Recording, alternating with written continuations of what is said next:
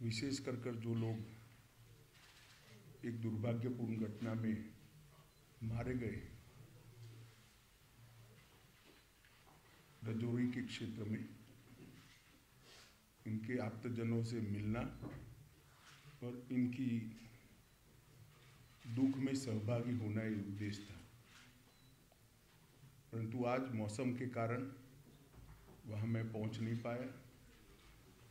सभी के सभी सातों परिवारों के सभी सदस्यों के साथ मेरी टेलीफोन पर बातचीत हुई है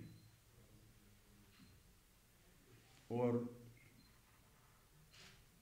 क्योंकि मौसम के कारण मैं जा नहीं सकता था तो टेलीफोन के माध्यम से उनके दुख के अंदर सहभागी होने का मैंने प्रयास किया है। उनकी जो बातें हैं उसको ध्यान से सुनी है। एलजी श्री मनोज सिन्हा जी भी मेरे साथी थे जब मैं बात कर रहा था।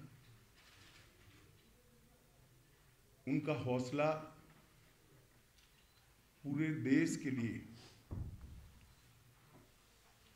उदाहरण रूप हौसला था।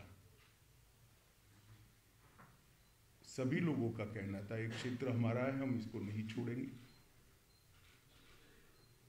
कुछ परिवार पाक ऑक्यूपाई कश्मीर से भी आए थे, फिर भी डटकर लड़ने का मूड इतने बड़े हादसे के बाद भी प्रदर्शित होना बहुत बड़ी बात है। उसके बाद आज यहाँ पर सिक्योरिटी एजेंसीज के सभी पहलुओं पर और सभी प्रकार की जितनी भी एजेंसियां जम्मू कश्मीर के सुरक्षा के लिए जिनकी भूमिका है, वो सभी एजेंसियों के साथ विशेषकर जम्मू क्षेत्र के सुरक्षा के इंतजाम को लेकर एक डिटेल बैठक हुई है। आने वाले दिनों में एक बहुत सुरक्षित ग्रिड बनाने के लिए भी यहां पर चर्चा हुई है। मैं इतना ही कह सकता हूं कि सुरक्षा एजेंसियां चाहे जम्मू कश्मीर पुलिस हो, बीएसएफ हो, सीआरपीएफ हो, जम्मू पुलिस का एसआईए का टीम हो या सेना हो, इस सभी एजेंसियां 100% मुस्तैद है और विश्वास के साथ आने वाले दिनों में इन घटनाओं को रोकने के लिए इनका मनोबल भी बना हुआ है। ये दोनों घटनाएं जो 2 दिन में हुई, उसकी जांच कल ही भारत सरकार ने एनआईए को सौंप दी है। एनआईए और जम्मू पुलिस दोनों मिलकर इस घटना की जांच करेंगे। जांच में एनआईए के साथ जम्मू पुलिस का पूरा इन्वॉल्वमेंट होगा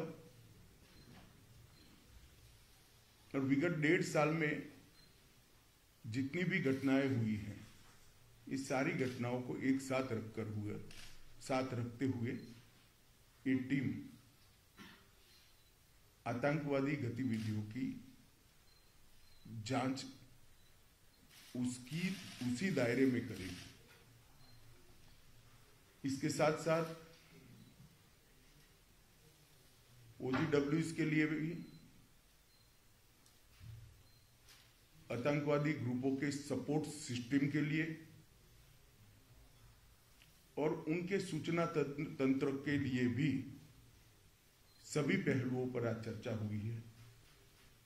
और एक कह सकते हैं कि संपूर्ण 360 डिग्री सुरक्षा का चक्र बनाने का आज सभी एजेंसियों ने भरोसा भी दिलाया है और इस पर चर्चा भी हुई है। हमारी जितनी भी सूचना की एजेंसियां हैं, इन्होंने भी अपनी गतिविधि को और टाइटन करने का फैसला भी बनाया है, रणनीति भी करी है। मुझे विश्वास है कि आने वाले दिनों में जिन लोगों ने भी ये घटना करी है उनको जम्मू कश्मीर पुलिस बहुत कम समय के अंदर नसीहत करेगी और उनको कानून के दायरे में लाकर कोर्ट के सामने खड़ा करेगी। इसके साथ साथ जम्मू क्षेत्र की पूरी सुरक्षा को चौक चौबंद करने के लिए जो एक्शन प्लान बना है ये टाइम बाउंड है और 3 महीने के अंदर हर क्षेत्र के अंदर सुरक्षा ग्रिड को मजबूत करने का आज फैसला हुआ है। मैं जम्मू के नागरिकों को इतना भरोसा दिला सकता हूं कि इनकी आतंकवादी ग्रुपों की मंशा जो भी हो, परंतु हमारी एजेंसियां मुस्तैद होकर जम्मू की सुरक्षा करेगी। धन्यवाद।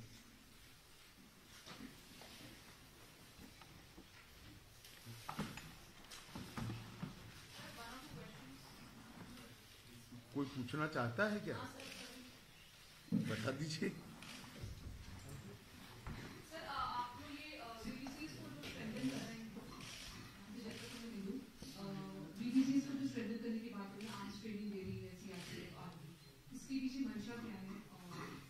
नहीं, इसको ये घटना के साथ मत जोड़िए। ये फैसला अगस्त अंत में लिया गया है। भारत सरकार ने अगस्त अंत में ही ये फैसला दिया था कि विलेज डिफेंस कमेटी को मजबूत किया जाएगा। सर, ड्रोन से हथियार गिराए जा रहे हैं, लगातार एक मेजर चैलेंज बना हुआ है। घाटी में भी हाइब्रिड टेररिज्म जो है वो एक नया पनप के आ रहा है, जहां पर टेररिस्ट का कोई उनका रिकॉर्ड नहीं है, लेकिन उन्हें हथियार देकर आतंकी घटनाओं को अंजाम दिया जा रहा है। माइनॉरिटीज पे टारगेट किया जा रहा है, उनको मारा जा रहा है। तो सर, इसके सिलसिले में क्या क्या डिसीजन लिए गए हैं, कुछ बता पाएंगे सर? स्पेशली ड्रोन का जो थ्रेट है उसे टैकल करना। सरदार जी, ये डिसीजन अगर मैं बता पाऊंगा तो उनके लिए क्या बचेगा भैया? क्या सवाल पूछ रहे हैं?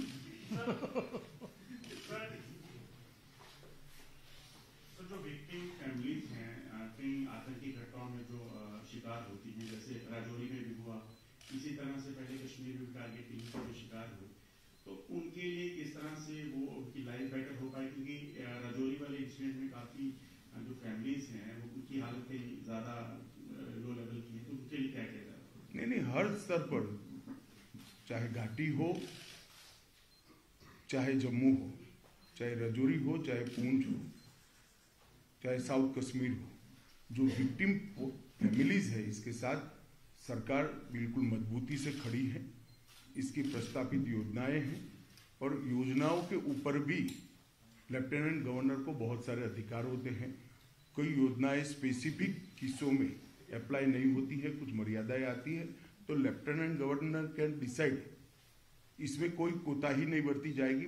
बड़े संवेदनशीलता से और सम्मान के साथ इनके परिवार की सभी चिंता की जाएगी। What is the security situation post these civil attacks in Rajouri and Poonch in Jammu?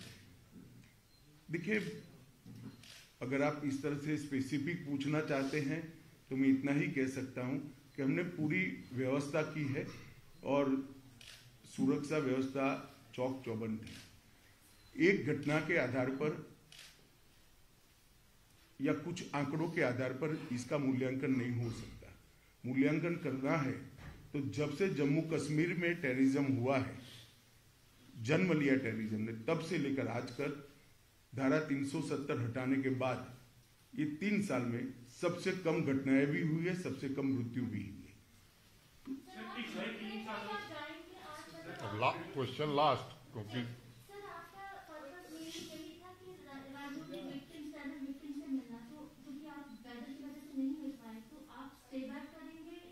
ना, आज स्टे बैक नहीं करूंगा क्योंकि कल भी मौसम के हालात 3 दिन तक ठीक नहीं बताए जा रहे हैं, मगर मैं जरूर आऊंगा और उनको मिलूंगा। Thank you. बता दीजिए आप अंतिम। सर, जिस तरह से पिछले 3 सालों में हमारे सुरक्षा बल जो है आतंकवाद को मुंह तोड़ जवाब दे रहे हैं, तो क्या ऐसा माना जाए कि आने वाले चंद सालों में आतंकवाद जो है वो जम्मू कश्मीर में इसका आखिरी पड़ाव है? हमारा प्रयास तो यही है और आंकड़े अगर आप देखेंगे तो इसी दिशा में जा रहे हैं। हमारे सुरक्षा बलों ने आतंकवाद को मुंह तोड़ जवाब दिया है और सभी दृष्टि से आतंकवादियों के हताहत होने की संख्या, नागरिकों को मरने की संख्या, तो आतंकवादियों को हताहत होने की संख्या बढ़ी है, नागरिकों के मरने की संख्या कम हुई है। और जो माइनॉरिटी किलिंग की बात करते उसमें भी सबसे कम आंकड़ा यही 3 साल में है। धन्यवाद।